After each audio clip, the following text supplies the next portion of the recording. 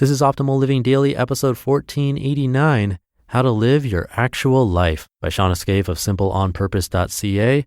And I'm Justin Malik, the guy who's been reading articles, book excerpts, even student essays to you every day, including holidays, for over 4 years, covering personal development or self-help, how to live a better life, and a lot more. It's always with permission from the authors or websites. Just hit the subscribe button in your favorite podcast app to get new episodes for free. Today's post being from Simple on Purpose, so let's get right to it and start optimizing your life. How to Live Your Actual Life by Shawna Scafe of simpleonpurpose.ca. There's a cliche saying, get comfortable with discomfort. A few years ago, I'd roll my eyes at this saying that obviously does not apply to me. Now this saying is like a daily reminder about how I want to live life. About 4 years ago, it hit me that I was living my life on autopilot. I was complacent in my health, my relationships, my parenting, my home, in everything. I just let life happen to me. Then I complained about how crappy it was. Why? Why was I stuck on autopilot? One part was that I never opened my eyes to my right and responsibility to be the guide of my life. The other major part was because it was familiar. It was comfortable. When we live by default, we will spend our daily life avoiding pain and seeking pleasure. It is the easiest way to get through the day. And here's where we have let ourselves down. We think that it is normal to always be happy. Therefore, something is wrong with us if we are unhappy, or even worse, when those around us are unhappy. Then we feel unhappy about being unhappy, so we turn to little ways to make us feel better and avoid feeling the ick.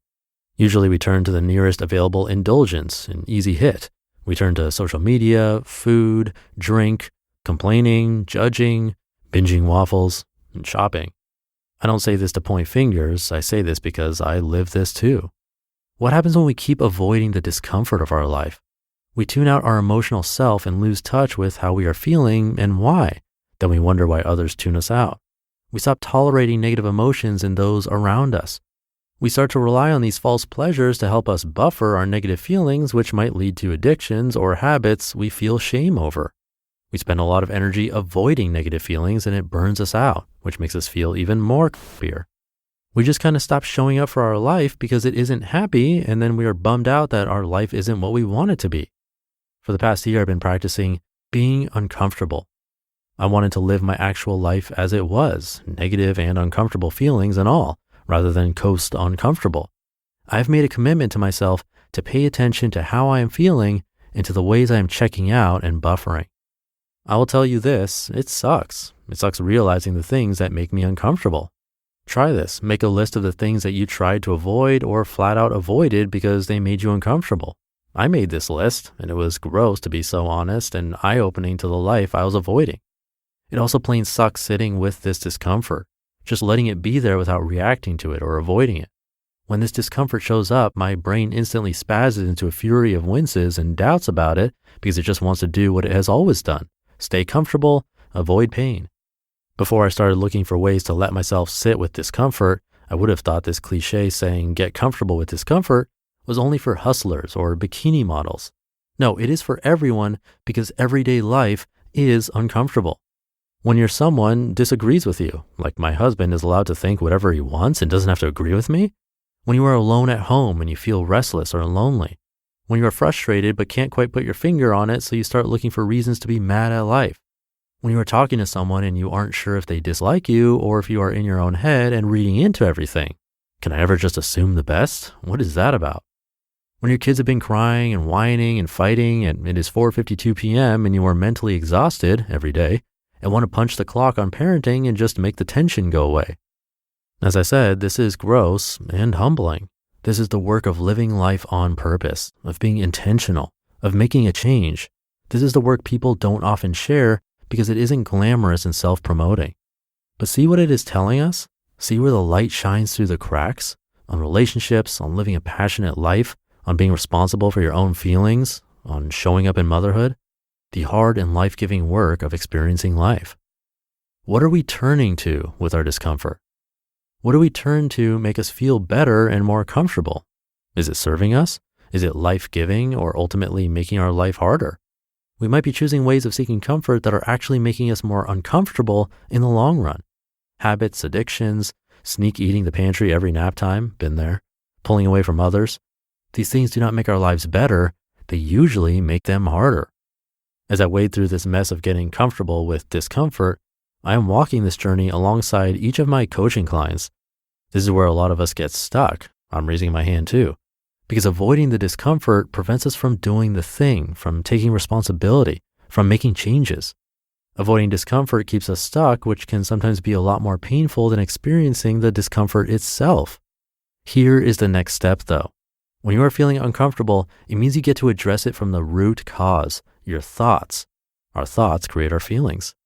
So good news, you aren't stuck just coping with an uncomfortable life. You get to teach your brain healthier mindsets to empower you and be someone who experiences peace, joy, sadness, frustration, all the feelings in healthier ways.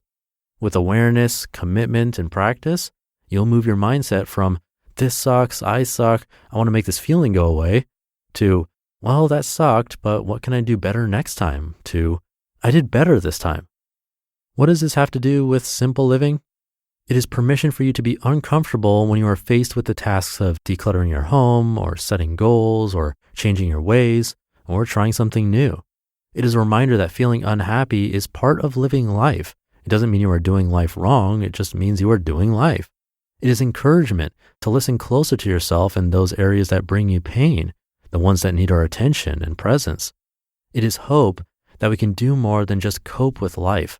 We can live our life on purpose. You just listened to the post titled, How to Live Your Actual Life by Shawna Scafe of simpleonpurpose.ca. Thank you to Shawna. I hope that was inspiring and motivating for you like it was for me. This one tied in pretty well to the article from Tynan about thinking more long-term when making decisions. I narrated that one, I think that was yesterday, when she said we might be choosing ways of seeking comfort that are actually making us more uncomfortable in the long run, like habits, addictions, sneak eating the pantry. That's very similar to what Tynan was talking about. So if you didn't hear that episode, you might want to check that one out too. I believe that was yesterday, if not, it's the day before. But that'll do it for today. Thank you for listening and being here and for subscribing to the show. Please do subscribe for free if you haven't already. Have a great rest of your day, and I'll be back tomorrow as usual, where your optimal life awaits. Hey, this is Dan from the Optimal Finance Daily podcast, which is a lot like this show, except more focused on personal finance. Justin handpicks the best posts he can find from blogs and authors like Ramit Sethi, Mr. Money Mustache, and more, and I read them to you 5 days a week. So if you enjoy this podcast, come on over and subscribe to Optimal Finance Daily too. And together, we'll optimize your financial life. You've been listening to Optimal Living Daily. Be sure to hit the subscribe button to stay up to date on each new episode, and head to oldpodcast.com. That's OLDpodcast.com for a free gift, as well as more actionable tips and resources to help you maximize your potential. Thanks for joining us, and remember, your optimal life awaits.